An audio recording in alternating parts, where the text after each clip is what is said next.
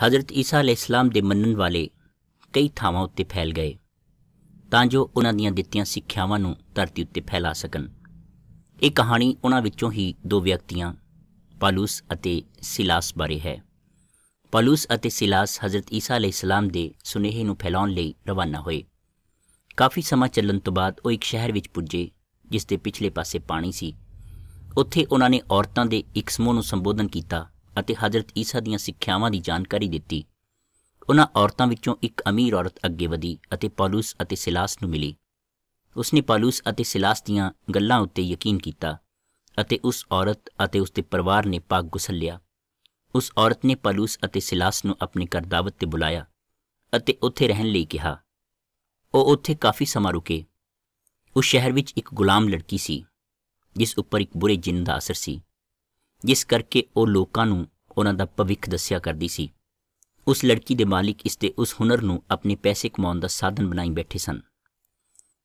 ਜਦੋਂ ਉਸ ਲੜਕੀ ਨੇ ਪਾਲੂਸ ਅਤੇ ਸਿਲਾਸ ਨੂੰ ਵੇਖਿਆ ਤਾਂ ਉਹ ਉੱਚੀ ਉੱਚੀ ਬੋਲਣ ਲੱਗ ਪਈ ਕਿ ਇਹ ਦੋ ਅੱਲਾ ਦੇ ਪਿਆਰੇ ਹਨ ਜੋ ਲੋਕਾਂ ਨੂੰ ਗੁਨਾਹਾਂ ਤੋਂ ਆਜ਼ਾਦੀ ਪਾਉਣ ਦਾ ਰਸਤਾ ਦੱਸਣਗੇ। ਉਸ ਲੜਕੀ ਨੇ ਲਗਾਤਾਰ ਪਾਲੂਸ ਅਤੇ ਸਿਲਾਸ ਦਾ ਪਿੱਛਾ ਕੀਤਾ। ਅੰਤ ਵਿੱਚ ਪਾਲੂਸ ਉਸ ਲੜਕੀ ਕੋਲੋਂ ਖਿੱਚ ਗਿਆ ਅਤੇ ਉਸਨੇ ਜਿੰਨ ਨੂੰ ਕਿਹਾ ਕਿ ਮੈਂ ਤੈਨੂੰ ਹੁਕਮ ਦਿੰਦਾ ਹਾਂ ਕਿ ਹਜ਼ਰਤ ਈਸਾ ਦੇ ਸਦਕੇ ਇਸ ਲੜਕੀ ਨੂੰ ਛੱਡ ਦੇ। ਤਾਂ ਉਹ ਬੁਰਾ ਜਿੰਨ ਉਸ ਲੜਕੀ ਕੋਲੋਂ ਦੂਰ ਚਲਾ ਗਿਆ ਅਤੇ ਉਹ ਲੜਕੀ ਫਿਰ ਠੀਕ ਹੋ ਗਈ।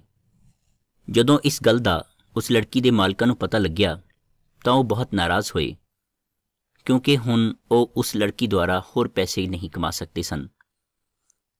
ਕਿਹਾ ਕਿ ਵੇਖੋ, ਇਹ ਪਾਲੂਸ ਅਤੇ ਸਿਲਾਸ ਲੋਕਾਂ ਨੂੰ ਅਜਿਹੀਆਂ ਸਿੱਖਿਆਵਾਂ ਦੇ ਰਹੇ ਹਨ ਜੋ ਅੱਗੇ ਨੂੰ ਸਾਡੇ ਲਈ ਮੁਸੀਬਤ ਬਣ ਸਕਦੀਆਂ ਹਨ। ਅਜਿਹੀ ਮੁਸੀਬਤ ਆਮ ਨਹੀਂ ਆਉਂਦੀ।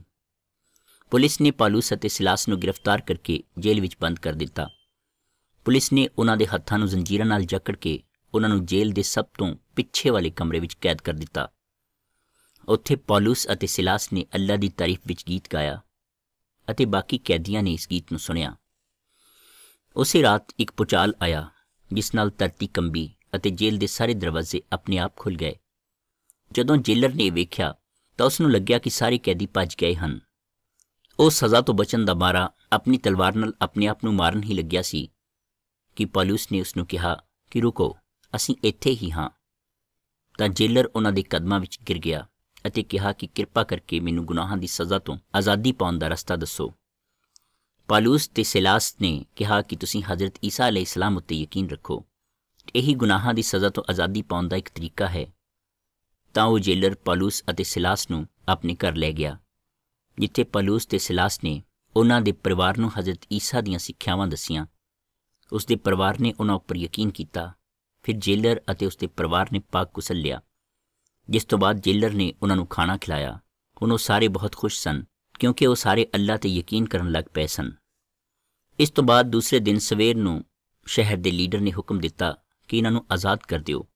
ਜੇਲਰ ਨੇ ਉਹਨਾਂ ਨੂੰ ਦੱਸਿਆ ਕਿ ਮੈਨੂੰ ਤੁਹਾਡੀ ਰਿਹਾਈ ਦਾ ਹੁਕਮ ਮਿਲਿਆ ਹੈ, ਤੁਸੀਂ ਹੁਣ ਜਾ ਸਕਦੇ ਹੋ। ਪਾਲੂਸ ਤੇ ਸਿਲਾਸ ਸ਼ਹਿਰ ਛੱਡਣ ਤੋਂ ਪਹਿਲਾਂ ਉਸ ਅਮੀਰ ਔਰਤ ਦੇ ਘਰ ਕੋਲ ਰੁਕੇ ਅਤੇ ਉੱਥੇ ਉਹਨਾਂ ਲੋਕਾਂ ਨੂੰ ਹੌਸਲਾ ਦਿੱਤਾ ਜਿਹੜੇ ਲੋਕ ਪਾਲੂਸ ਅਤੇ ਸਿਲਾਸ ਦੀਆਂ ਗੱਲਾਂ ਉੱਤੇ ਯਕੀਨ ਕਰ ਚੁੱਕੇ ਸਨ।